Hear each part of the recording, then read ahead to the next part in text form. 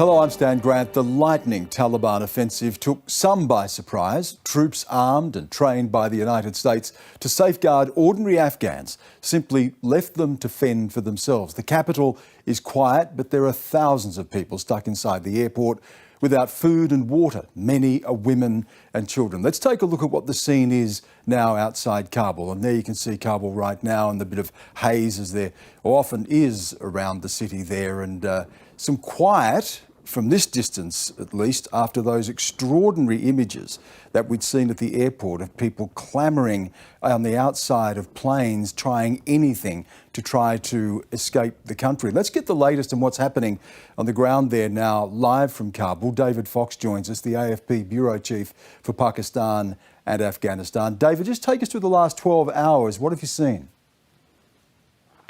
Well, life is slightly returning to normal, or what you might call a new normal, if you like, under the Taliban. Whether it's the sort of Taliban version 2.0 remains to be seen. But there's more traffic on the streets today. A few more shops are opening. Even the traffic police have showed up in their white caps and steering, through the notoriously bad traffic jams here. And the Taliban are actually quite light on the ground. What about that? We saw those images of people trying to flee and that sense of panic. Is there a sense from you now that is starting to calm, or is there still this rush to try to get out of the city? The people at the airport, that wasn't representative of what was going on elsewhere in the capital, I would say. It was sort of panic breeding panic, and those scenes have sort of generally dissipated today. They seem to have got rid of most of the mob from outside of the gate, and the US military who are controlling the inside of the airport are still sort of baffled and confused about what to do with those inside. David, you talked there, and we're going to discuss this a little bit later in our program with our guests, but I just wanted to get your thoughts from someone on the ground there around what this Taliban rule may look like. You used that phrase, Taliban 2.0, how this may differ from the Taliban that was in control 20 years ago.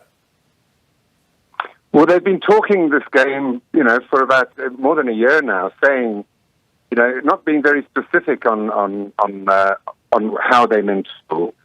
Everything is always in the manner of the principle. But today, for example, my colleague in Herat, he filmed a girls' school. And I know this is something that would have been unthinkable in the first incarnation of the Taliban.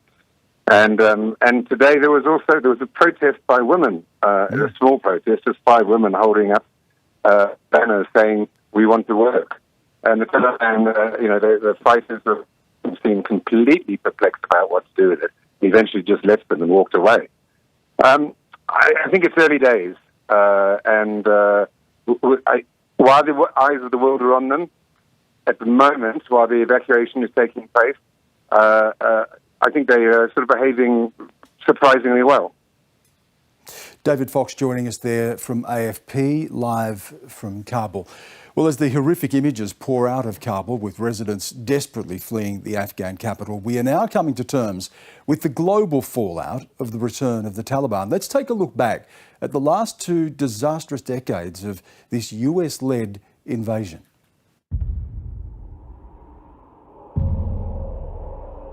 The Taliban back in the presidential palace. The Taliban regime is coming to an end.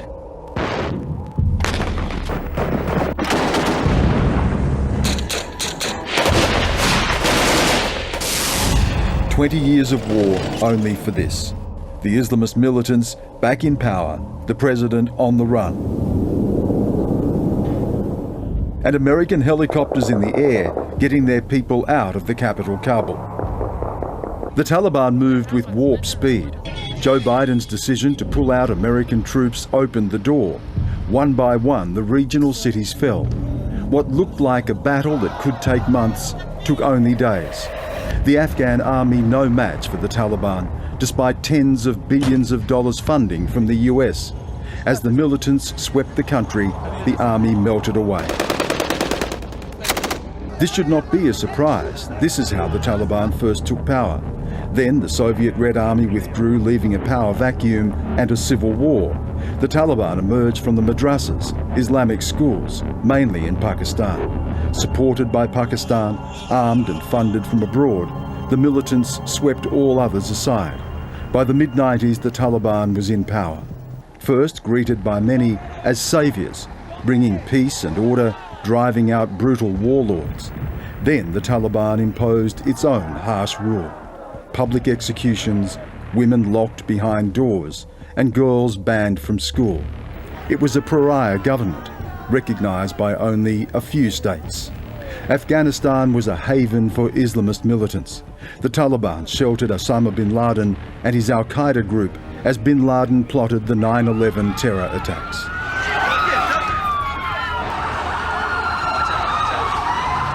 Everybody go straight.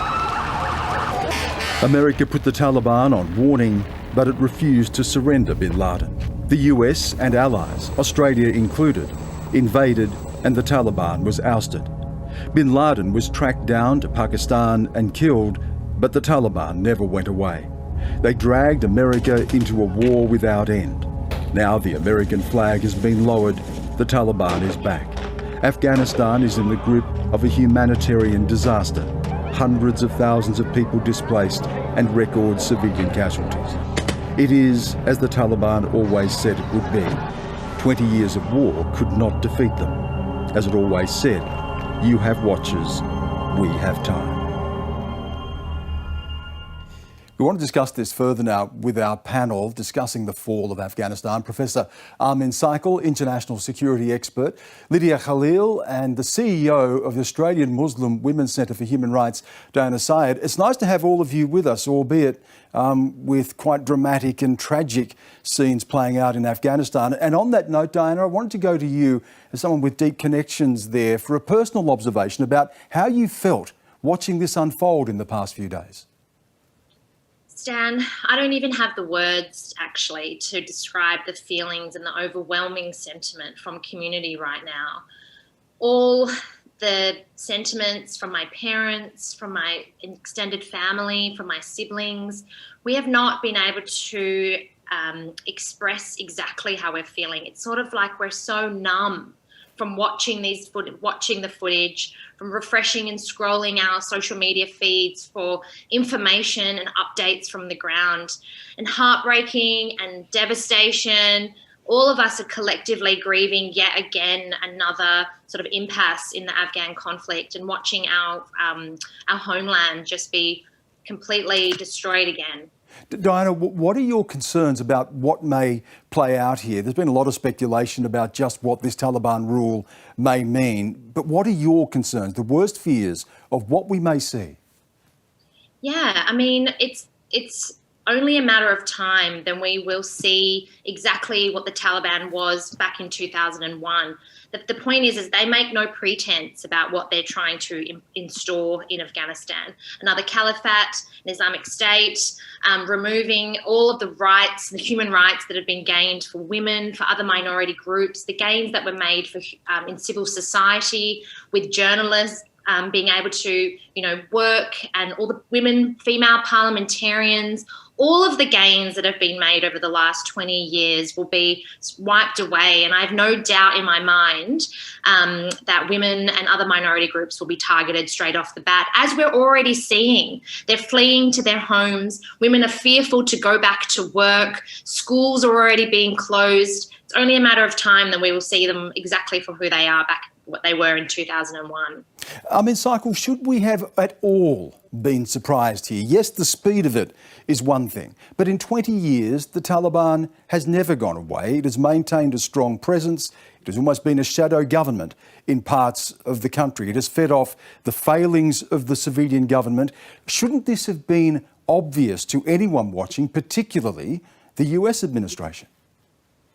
Well, as I have been observing the situation in Afghanistan over the last 20 years, or for that matter, even longer, I mean, to me, it was very clear that the Afghan government was very unpopular and very dysfunctional and very corrupt. And there was a growing gap between the state and society and the country. and Ashraf Ghani's government had become the most popular government in the modern history of Afghanistan. And therefore, the weaknesses of the government had become the strength of the Taliban. It is not very surprising in the way the Taliban have succeeded taking over the country within a few days. And in fact, in a number of provincial capitals, those places have been handed over to the Taliban by the very commanders who had been appointed by Ashraf Ghani in the last couple of years. I think while what has been unfolding in the country is absolutely shocking, but I think to some of the seasoned analysts of Afghanistan who've been observing the situation very closely, it did not really come as a major surprise. Lydia, but what happened to all of that investment? The tens of billions of dollars that were pumped into the Afghan army. It was meant to have about 300,000 members, the Taliban around 80,000. What happened to all of that support, all of that investment over those years to simply melt away? Well, I think as Professor Saikal already noted, there was a very high level of graft and corruption within the Afghan government, where we saw a lot of those resources that were put in kind of melt away into graft. So you had a situation where there were Afghan military forces that were ill-equipped, unpaid, sometimes not even fed. So that was certainly a factor. The other overarching factor, too, is that once the United States decided to enter into peace talks with the Taliban, they afforded a level of legitimacy to the Taliban. And so a lot of the Afghan forces, not all of whom are corrupt or incompetent, many of them who fought very valiantly with coalition partners, they saw the writing on the wall. They saw that the United States would not be there to further support them. They didn't have the cover of any air support. And the Taliban was legitimized through those negotiations in a certain sense. And so what you saw was a quick fall because of they were negotiated peaceful surrender of cities to the Taliban by Afghan forces. Diana, it is not just, though, the failings of a civilian government. There is something more and something more enduring and durable about the Taliban. We know that it comes from the largest ethnic group, the Pashtun group, but it's been able to build alliances beyond that. It has been able to hold on to territory, to maintain armed, to overcome obstacles. What if you could try to explain for us, Diana, what is the secret to this lasting power of the Taliban and the level of its support inside the country? Well, Stan, first of all, having to explain 40 years of Afghan history and the complexities and the nuances in a soundbite is actually impossible. So I'll start there. I would encourage everyone who's listening here tonight to go away and really read up on the Afghan history, because what we're seeing in the narrative at the moment is really about the last 2 decades from when Australia's intervention post 9/11. This dates back before 2001, where we've had imperialist interventionists, proxy wars during the Cold War, the Russians. It's all about how the geographical location of Afghanistan can serve the interests of other states, whether it's the US, the Russians, whether it's even China and resources, whether it's Pakistan or Iran. The lives of Afghans and Afghan people themselves have always paid the highest price for whatever has ensued and have been used as pawns in this Russian roulette and game of geopolitics that has ensued since 1979. And I think it's really important to sort of not see it through that reductivist lens of even the last 2 decades. It actually extends way beyond that. And rightly so, as you mentioned, Stan. The Taliban appeared out of nowhere. It was a long-term, over decades and of years of arming them during the Mujahideen era, equipping them to, have an uprising against a regime that was put in place by the Russians during the Cold War as a puppet regime and alliances. It's a very complex history of a nation. And I just am really cautioning the narratives that are being told about Afghans Talibans and the corruption of the government or this or that, and the blame game that keeps going on in these repetitive cycles. We as Afghan people are a strong-willed, capable people. We have agency. We have a strong, rich culture and history of uprising, of organising and self-determining our lives. We don't need Western intervention forces to save us. What we need right now is for there to be a genuine commitment to human rights and minority groups who are very much at risk right now, where neighbouring countries are closing in and closing their borders. People are fleeing by the hundreds and thousands. That tangible fear that we are seeing, people don't run after flights and aeroplanes like that if they genuinely had safety in their homelands. And I just want to be really clear with people and people who are, you know, so-called experts on Afghanistan. We have that lived experience. Us as Afghans need to be given the agency and the voices and the platforms and our experiences centered right now. And I just really want to caution all of these narratives because it's making us really upset and triggering a lot of our trauma that is very deep-seated over these decades. Well put. And it does lead to this question, Lydia Halil, and that is what, I think we may have, Lydia's back. It may, at least this question of what now? What Taliban are we dealing with? How should the international community respond? No, I think, sorry, Deanna, I was going to go to Lydia. I think we've lost Lydia. I'll direct that question to you, Amin. Take us through what should happen now and what should we expect from the Taliban, or Taliban 2.0, as we've already heard a description this evening? Well, the Taliban's ideology has not really changed, but it's, the tactics have certainly changed. I mean, they put out a number of statements for the international consumption. They would like to receive the international recognition, and they would like to receive foreign aid, particularly from the Western alliance.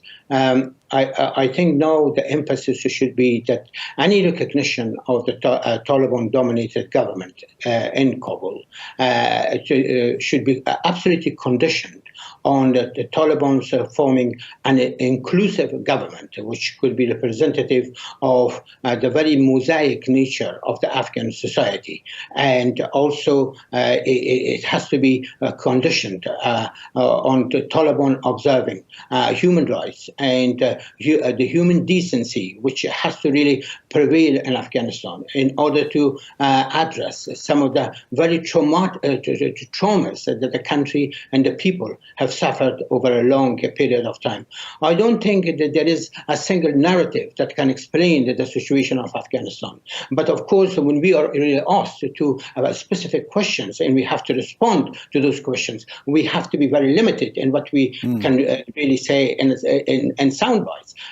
I think what is really happening in Afghanistan is a reflection of Afghan history. The only period that Afghanistan enjoyed a long period of, stability and peace has been from 1930 to 1973, and perhaps to some extent after 1978, which that's when the pro-Soviet communist coup d'etat took place. And prior to that, Afghanistan was a very peaceful and secure country in the whole region. You could actually travel most of Afghanistan without any feeling security. You can go from one end to another end. You can, and the same really was true in Kabul. And Kabul.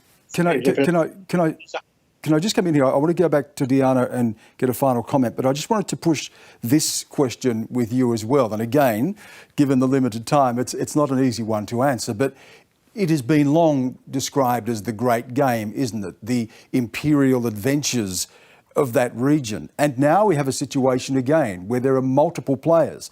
What does China do? What does Russia do? What about Pakistan? What about Iran? How do you see this in a broader sense, geopolitically, and the implications we're going to see in the region? Well, I think that Beijing, Moscow, Tehran. I'm sorry, was that? No, yes, I'm in, and then I'll quickly go to Deanna. I think the Beijing, Moscow, Tehran axis is very pleased to see the back of the Americans. And of course, they would have also liked to see the United States humiliated in the region. And this is what has precisely happened. President Biden said that so Kabul is not going to be Saigon, but it is very similar to Saigon. The way we've seen the pictures unfolding, particularly in the last few days, it makes it very clear that it hasn't really fallen too short of what happened in Saigon. My hunch at this point is that ultimately China, Russia, Iran will get together with Pakistan and determine the future of Afghanistan. And what they would like to really have is a very weak government, not to pose a threat to any of its neighbors, and particularly from the Russian perspective, it's very important that the Taliban does not have any influence in the Central Asian republics and do not provide support to some of the separatist movement or the opposition groups in Central Asian republics. From the Iranians' perspective, it is very important that their interests in Afghanistan, security interests, economic interests, sectarian interests, are very much protected. And from the Chinese perspective, it is very important that the Taliban would not do anything which could possibly encourage the separatist movement among the Uyghurs in the province of Xinjiang and so on. And of course, there is a very close relationship between Islamabad and Beijing, and I think Islamabad, in that respect, will cooperate. But I think the biggest winner at the moment is definitely Pakistan, because without the Pakistan support of the Taliban would have not been able to achieve what they have up to this point. We've lost Lydia Khalil, unfortunately. And I want to just finish on this point, Diana, because we can talk about the politics, we can talk about what Taliban rule will look like, what the international community may do. This is a human story, and it is human beings who are caught in the middle of this. There are people in Australia on visas that may end to uncertain future. There's the question of getting people out, or people who may want to seek refuge. What about Australia and its responsibilities? What would you like to see from the Australian government? I'd like to see a lot more, Stan. Where do I even begin with our requests and our calls on the Australian government? I'm talking about Prime Minister Scott Morrison, we're talking about Minister Maurice Payne, we're talking about Minister Alex Hawke. All of these ministers collectively can come together right now in this moment in history. And actually, the last few decades, the highest price has always been paid by Afghans. Dr. Amin Saikal just there outlined to you how our lives have come to be so dehumanized and of so little value when there's a larger political game being played. And our lives are the piece on the chessboard that keep being negotiated with and used and exploited. So right now, there are Afghans that need the Australian government to actually be granting a special intake of 20,000 people from Afghanistan right now can be brought out under a special humanitarian intake category, in addition to the humanitarian intakes that we're already doing and prioritising Afghans within that category. That is our first unequivocal ask of the Australian government right now. Secondly, there are Afghans that are here right now in Australia. We've got 5,100 Afghans on temporary protection visas. We're talking about tax-paying Afghans working and amongst us who have already been approved as refugees, who are living life in limbo. That is unacceptable. They need to have their temporary protection visas put permanently and permanent residency granted to them immediately. And that is something that is so simple that the government could do. In addition to humanitarian aid, in addition to all of the other levers that can be used, these are two very concrete things that the Australian government has precedence in doing, whether with the Syrians, we've done it with the Kosovars, we've done it with the East Timorese and the Vietnamese. We've done this before in history. Now we have a moral imperative, not to mention on top of all of that is sitting our 20 years of the Australian government and the Australian Defence Force's involvement in the intervention. We are seeing not even 6 months has passed since the allegations of the Brereton report in November 2020, with the ADF being all the allegations of war crimes, where not one person has been held to account for the war crimes in Afghanistan by the ADF. We owe it to the Afghans, we owe it to the Afghan people, and now it is the moral imperative to act. There is no more time for talking, Stan. I have been inundated with interviews since Friday afternoon. We are in tears, we are heartbroken, we are devastated, and we are tired. We are people too, and it's time that our lives are also given the same value that everyone else's. Diana, it's an important message, and thank you again for joining us this evening. Diana Sayed and Armin Saikal from the Australian National University. We had Lydia Halil from the Lowy Institute. Unfortunately, we lost Lydia's signal. Now, Saad Massini is the head of Tolo News, Afghanistan's 24-hour news and current affairs television network. He is currently in London and is scrambling to secure the safety of his staff on the ground. I spoke to him earlier and asked about having to negotiate with the Taliban to stay on air and how those negotiations are going, what assurances you may be looking for. You know, they have been, let's put it, we could call it professional. They have always maintained that they would allow media to operate, and they have done so far. I don't think we don't negotiate with the Taliban. We probably communicate with them. They're pretty upfront in terms of what they want, and they're not negotiators. Even if you look at their deal with the U.S. government, February of last year, and the way they were negotiating with the Afghan side, they tend to be pretty stubborn on key points. So the thing for us is to communicate with them. But as I said to someone yesterday, that I think we'll see three phases of dealing with the Taliban. The first phase is right now. They're trying to take charge and they want to show the world that they're acceptable. And I think that this is going to be the best phase. They're going to have a pretty laissez-faire approach to media. The second phase is the sort of transitional phase, when they will probably have a transitional government. It's going to be inclusive. They may have certain restrictions, but it's not going to be that bad. And during the transitional phase, they're going to work out a new constitution, what the form of government would look like. And then post-transitional phase, we will have an emirate. And then we will have probably the most restrictions in that phase. So I would think that, we have 6 months basically. Okay, let's look at that when you say you will then have an emirate. Let's talk about the concerns that you have, specifically concerns for safety, concerns for women, keeping women on air? All of the above. It's an existential threat to our business. We are a business after all. It's a threat to our staff. And the gains we've made over the last 20 years, whether it's women's rights and freedom of expression, all these gains can be jeopardized or in jeopardy. And we have to be very realistic and honest with ourselves. Let's look at this speculation now about the Taliban. Will it be different this time around? Some are saying that. How do you see it? It's difficult to tell because the Taliban, for example, even now you have the political commission and then you have the military commission. We have to see who prevails. Like any political movement, even in Australia, whether it's the Labour Party or the Conservative Party, you have different wings and different elements, and there's going to be this tug of war as to who's going to prevail, who's going to have the more dominant role. So we just have to watch as to see who within the Taliban is going to have the upper hand and what their policies will be vis-a-vis the media, women's rights, and so forth. We can only speculate. It's too early to tell. Can we talk about the expectations of the international community and the responsibilities of the international community as well?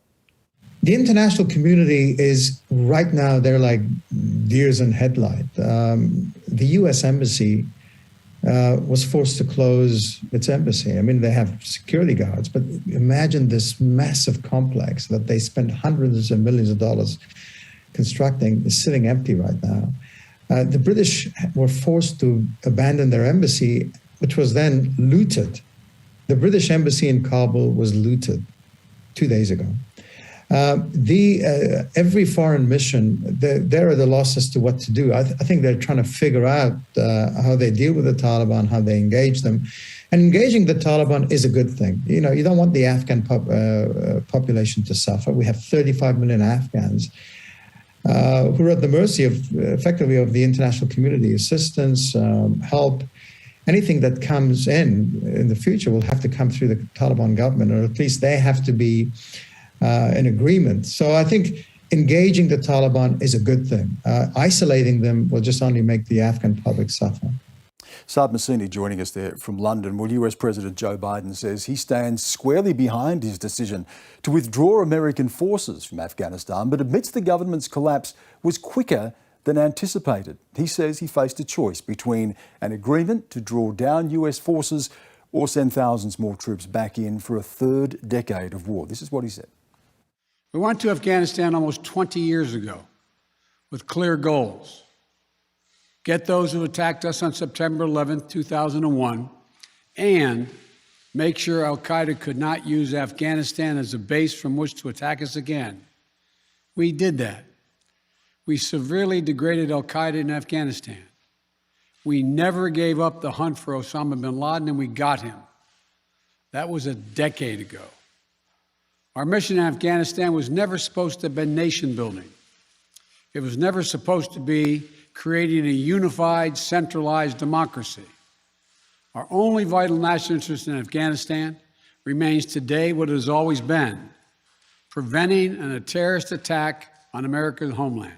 The truth is, this did unfold more quickly than we had anticipated. So what's happened? Afghanistan political leaders gave up and fled the country. The Afghan military collapsed, sometime without trying to fight. If anything, the developments of the past week reinforced that ending U.S. military involvement in Afghanistan now was the right decision. American troops cannot and should not be fighting in a war and dying in a war that Afghan forces are not willing to fight for themselves. Well, to discuss the political ramifications in America, in Washington, US correspondent Greg Jennett joins us. Greg, we just heard there in that from Joe Biden that this is, if Afghans weren't going to fight, American forces weren't going to fight. He's the fourth president in this war. He said he wouldn't hand it to a fifth, but it's on him, isn't it? So how's this been received? Yeah, the Joe Biden position, Stan, is as you describe. It's almost as if he's asking the American people to believe that the strategy has always been right. That is the one that I, Joe Biden, have been laying out now for 7 months since I've been president, but we just hit a couple of tactical hurdles in the final few days. Now, look, that is valid, I suppose, at one level, because Joe Biden is a known quantity when it comes to his attitude to this prolonged war. He has never been in favour, even as a vice president, of extending the US military presence. He came to office promising to get troops out. He reached that decision in April, and he has not wavered, even in the face of the amazing scenes that the world has witnessed with the collapse of Kabul and other provincial capitals. So that much you can give him. But if you drill into it a little bit further, the questions that Americans, yourself, Stan, and so many others are asking still really need to be answered by the Biden administration. Why did they believe and hope against all hope that this hapless Afghan National Security Force might be capable of doing the things that they charged it to do, that they funded it to do, but which demonstrably it was massively incapable of doing? And that is a pretty fundamental ask of a military outfit. It is to stand and fight for your nation. It's a misnomer. Afghan National Security Force. It wasn't national, it wasn't a force, and it didn't seem to have been too committed to the security of Afghanistan at all, as it stood by and allowed the Taliban to do as it did. So there are two stories here, aren't there, Stan? There's the consistency that Joe Biden has espoused for a long while, and then all these other wrinkles. And mark my words, there'll be much more analysis and questioning of that here in the US, including at Congress for that matter. Indeed, Greg, thank you for that. Greg Jennett there from Washington. In Australia, what has the response been from our leaders? It remains unclear when Australia will be ready to launch its rescue mission to evacuate citizens and troops from Afghanistan, as scenes at Kabul airport continue to be frantic. The Prime Minister reassured Afghan nationals that there were plans in place and thanked the Afghanistan veterans for their tireless efforts in the 20-year-long conflict. To the men and women of our ADF and Australia's veterans, I know today is a day of sadness and reflection for our Afghanistan veterans. It's a time of deep and uncomfortable questioning, and that is only right. We shouldn't hide from it. The scenes from Kabul have been absolutely heartbreaking. It's a sobering day for everyone, and particularly those who have given so much over the past 20 years, and most notably those 41 who were lost. I know the overriding concern of the veterans I've spoken to has been for us to protect those who worked alongside us in Afghanistan, that worked alongside you. 1,800 have already been brought to Australia, 430 just since April of this year, and more will come. I want you to know that we will continue to do everything we can for those who have stood with us, as we have to this day. But I want to talk openly to veterans that despite our best efforts, I know that support won't reach all that it should. On the ground, events have overtaken many efforts. We wish it were different. Today, we remember that tens of thousands of Australians and their families made extraordinary sacrifices for our mission in Afghanistan. Those who went didn't get to decide where they went or the cause that they're asked to serve. They went because they'd signed on to serve their country. Well, Karen Middleton is a political journalist with the Saturday paper, reported from Afghanistan, has written extensively about it. Karen, we heard from Scott Morrison there talking about what Australia may be able to do for refugees and so on, but there's still this question of getting people out of Afghanistan as well. Where does this sit right now? Well, it's a very good question, Stan. I think the government has an evacuation scheme in process. There are planes that have gone. They're going via the Al Midhad base in Dubai, but it's not clear when they can go in yet. They need to make sure that they can land safely and take off safely. And the other problem they've got is actually getting people out of the city of Kabul, because the people that they need to extract are not all at the airport. Some of them aren't even in Kabul, and I fear that those who are not in Kabul are not going to get out, like the Prime Minister was preparing us for today. But they certainly have to figure out how to get people from the city of Kabul safely to the airport. There are, as we understand it, Taliban roadblocks between the city and the airport, and they need to make sure there's some kind of safe passage. So whether that is going to be negotiated with the Taliban or some other plan, I'm not clear on, but I think there's still a few things to be nutted out yet. And then there is a question, and we heard from Diana Syed talking about this earlier in the program, a very impassioned plea for Afghans who are here and on temporary visas and what their fate may be. What is the Prime Minister saying about that, and what assurances may there be for their long-term future? Well, that's another good question. This morning we heard the Foreign Minister on radio suggesting that they would all stay at this stage. I think there was a bit of concern in the Afghan community about the qualified nature of that assurance. The Prime Minister was asked about that again this afternoon. He sounded like he was being a little less temporary about it, but we still don't have a firm undertaking for permanency or for anything beyond a temporary visa status. And I know members of the Afghan community are pressing the government very strongly to make it clear what their fate is and that they won't be sent back. Yeah. I want to go back to Greg Jennett. Greg, you were talking there before about the political ramifications of this. It wasn't that long ago that Joe Biden was saying, America is back.